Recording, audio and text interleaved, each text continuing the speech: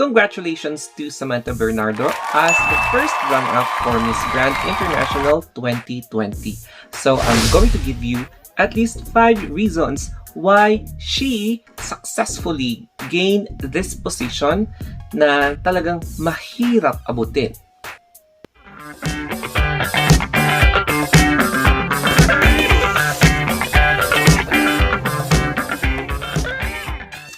First runner-up is still first runner-up. Second place is still second place. So in any case that the winner will be dethroned, which is sana wag mangyari, the first runner-up will take over. But then, we should still be happy for Samantha's first runner-up placement because it is not easy to rank as the second placer because mahirap talagang maging first runner-up with all those efforts, with all those sacrifices. That's why we should be happy that Samantha Bernardo became the first runner-up once again for Miss Grand International Philippines after Nicole Cordoves. So the Philippines already has 2 first runner-up na rank dito sa pageant na ito. So we may now proceed with the first reason why Samantha Bernardo didn't make it or did not win Miss Grand International. And the first one is that she might not be really the chosen one. Ayan. I'm sorry to say, but yes, even though we practiced harder, we did our best, but then it's not the right time, it's not the right place, the right year, the right person to win a certain event or ayun nga, yung competition for Miss Grand International. Let's move on to the second reason, which is yung answer ni Miss USA. So, the judges preferred yung answer ni Miss USA as the better answer than the Philippines because, syempre, we cannot please everybody. Nasa judges pa rin yung decision. So, even if we want the answer of Miss Philippines to be the ultimate or the best answer, iba pa rin talaga kapag sa international stage. So, for me, let's still accept kung ano man yung decisions ng mga judges because they are the chosen na base sa mga answers regarding sa real life scenarios, kung ano man yung relationship ng question to the answer. Tapos, they can really relate it sa mga nangyayari ngayon at the present. That's why they prefer the answer of Miss USA. Siguro, baka basing from experience, basing from yung pwedeng makarelate sila as former beauty queens because the judges are also former winners of Miss Grand International. That's why, yes, we should accept kung ano man yung decision if ever there are some medyo higher points na na-answer ni Miss USA than yung na-answer ni Miss Philippines. But I applaud Samantha's strategic answer during the top 5 Q&A kasi ibang-iba. Very unique yung answer ni Miss Philippines as compared sa mga ibang candidates. That's why I'm still proud of her to be reaching this far. And here is the third reason. Baka, syempre, alam nyo naman, ang ibang mga entertainment industry company wants Philippines to be their baiting na country because it really drives more viewers into their program. Because Philippines has a very large fan base, pageant supporters. That's why, kung iisipin nyo dun sa ng Trump era, they realized that when Philippines will be called as one of the top 5 or top semi-finalists, ang daming viewers. So this is one of the strategies of MGI as well in order to maintain the high rating, the high viewership rating of their program to become more popular, to become famous, syempre, to accelerate their goal as one of the most popular beauty pageant and one of the fastest growing international beauty pageant in the world, beauty pageants in the world. Ayan. So, think about it. 'Di ba? Parang ganun yung pwedeng mangyari na strategy. So, we may never know kung yun nga ba yung totoo. And mag-move on na tayo sa fourth reason. So, the fourth reason why Samantha Bernardo became first runner-up is, of course, due to her beauty pageant training. And as we all know that Philippines has a very good beauty pageant training after a series of decades, tama ba? Basta mga decades of learning from past na exposure to international beauty pageants, tapos nagkapatong-patong yung mga learning experience until they made the right na combination for each candidate to become more competitive sa international pageants stage. That's why, kung makikita nyo, if you could observe, okay na tayo sa pasarela, personality training, sa communications training, psychological training, lahat ng training talagang pinag-aralan ng beauty pageant camps natin because learning is comprehensive. You must not concentrate on one thing, two things, or three things. Dapat diverse yung absorption ng learning mo in order for you to become successful. That's why yun yung nangyari sa ating mga pambato. That's why Samantha Bernardo became first runner-up, and hindi biro talaga ang maging first runner-up sa isang international beauty pageant competition. Tapos, eto na yung mga ibang reason, yung pang-fourth reason, yung fan-based support. And we all know that Philippines has largest pageant fans in the world. O di ba, namubulol na ako.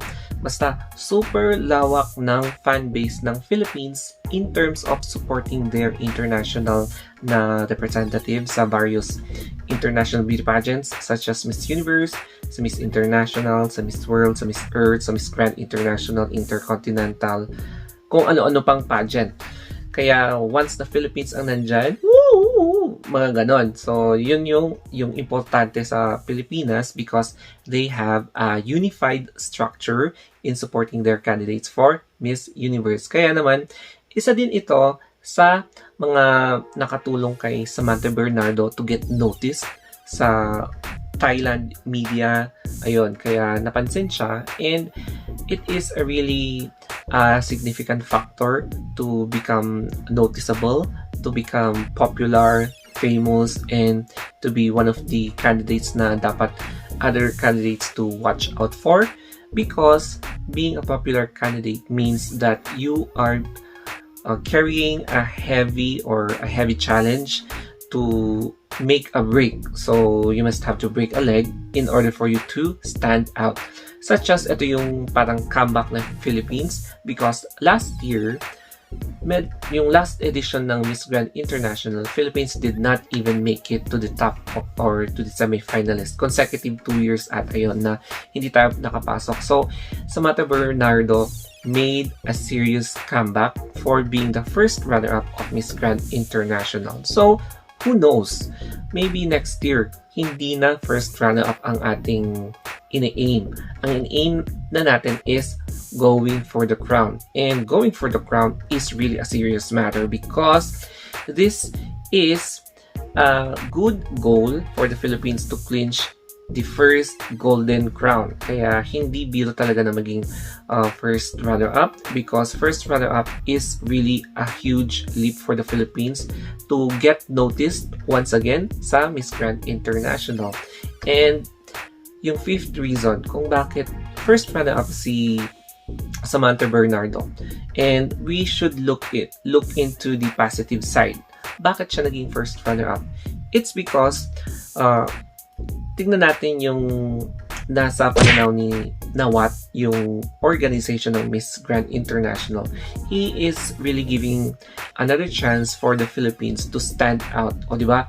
Kung iniisip ng mga pageant fans from the Philippines na parang dineded ba na tayo ni Nawat or yung mga staff niya, because alam niyo na, ang daming kuro-kuro na favoritism, parang hindi na niya bet, parang nagpe-fade na tayo dahil 2 consecutive years na legwak ang Pilipinas.